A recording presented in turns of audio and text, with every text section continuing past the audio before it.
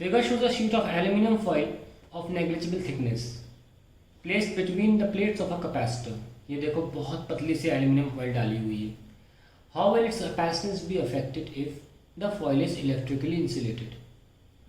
देखिए electrically insulate का मतलब ये होता है कि एक तरह से वो एक बैरियर है. आप उसका कंडक्टर नहीं माने तो ठीक है, तो आप एक तरह से ये मान सकते हैं कि ये दो कैपेसिटर हैं. ओके, पहले केस के लिए हम ये मान सकते हैं कैपेसिटेंस कैसे अफेक्ट होगी. दो कैपेसिटर हैं और बिल्कुल बीच में डाली हुई है, तो इसकी कैपेसिटेंस C1 मान लें, इसकी C2, और दोनों बराबर हैं तो दोनों को हम C मान सकते हैं. ठीक है, पहले केस में C1 equals to C2 equals to C. ठीक है, दोनों की कैपेसिटेंस C हो गई. तो आधी आधी मान के चलें अगर, तो कितना हो जाएगा ये डिस्टेंस, तो हाफ हो गया. D/2 पहले डिस्टेंस कितना था, D था, इसका भी डिस्टेंस कितना हो गया D/2. अगर मैं इसको मानूँ कैपेसिटेंस को, इस वाले को एप्सिलॉन A/D जब पूरा पूरा था, तो इनका क्या लिखूँगा मैं, इसको मान लेते हैं C1 और C1 क्या नाम दें इसको, CA ले लेते हैं ना, CA, इसको C कुछ तो नाम देना पड़ेगा अलग. और इसकी C कैपेसिटेंस कितनी होगी, एप्सिलॉन A. एरिया तो पूरा पूरा अभी भी यूज़ हो रहा है ना, और लेकिन डिस्टेंस बीच में कम हो गया है D/2, तो कितना हो गया 2 एप्सिलॉन A/D. कितना हो गया 2CA, ऐसे कह सकते हैं ना.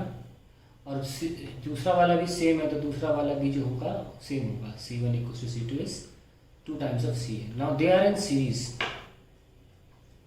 सीरीज में कैसे करते हैं, C1 सीरीज विथ C2, और क्योंकि दोनों बराबर हैं तो C series C, that is C/2. C कितना निकल के आया 2 times of CA upon 2, that is CA. तो capacitance is unaffected. Okay, capacitance remains unaffected. अब हमारी बात आती है दूसरे पार्ट की. The foil is connected to the upper plate with a conducting wire. अब उन्होंने इस फॉइल को ना एक वायर से कनेक्ट कर दिया, तो क्या होता है, इसके लिए नया पेज निकालेंगे. बहुत अच्छा क्वेश्चन है ये, सेकंड पार्ट खासकर. पहला पार्ट तो बड़ा इजी था, सेकंड पार्ट में क्या होना है. हमने क्या किया, कैपेसिटर को हमने, जो एल्यूमिनियम प्लेट थी, ये क्या था, मान लीजिए प्लस है, और हम जानते हैं कि अंदर होता है, सॉरी चार्ज अंदर होता है, और हमने एल्यूमिनियम फॉइल जो कि कंडक्टर होता है, उससे हमने वायर से कनेक्ट कर दिया, और ये तो माइनस था ही. तो उसमें हुआ क्या, इतना हमने D/2 माना था. जब हमने वायर से कनेक्ट कर दिया तो ये भी कंडक्टर, ये भी कंडक्टर, तो इनके बीच में चार्ज ट्रांसफर शुरू हो जाएगा. कब तक, जब तक दोनों की पोटेंशियल सेम ना हो जाए ना. यहाँ तो पहुँच जाएगा कुछ पॉजिटिव चार्ज, और दोनों की पोटेंशियल बराबर हो जाएगी. जब पोटेंशियल बराबर हो जाएगी तो इलेक्ट्रिक फील्ड क्या होती है, माइनस का dV/dr. बहुत ध्यान सुनना. अब पोटेंशियल बराबर हो गई तो dV तो जीरो हो गया, तो इलेक्ट्रिक फील्ड जीरो हो गई. और जिस जगह इलेक्ट्रिक फील्ड नहीं होती ना, वहाँ पे कैपेसिटेंस होती है नहीं. इसीलिए कहा था कैपेसिटेंस वहाँ की होती जहाँ इलेक्ट्रिक फील्ड है. तो कैपेसिटेंस अब कहाँ होगी, ये तो प्लस है ही, दोनों तरफ प्लस है,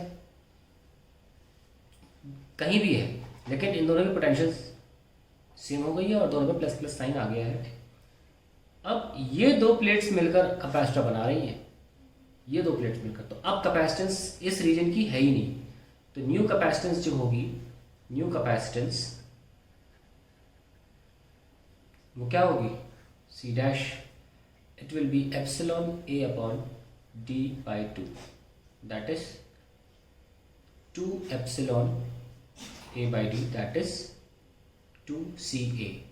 तो capacitance will increase, capacitance will increase. So it is similar to putting a conductor, solid conductor. Actually में एक solid conductor को रखने के बराबर की बात हो गई है.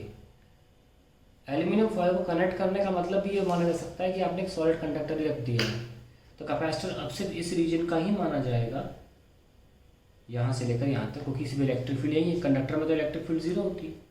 It is similar to that.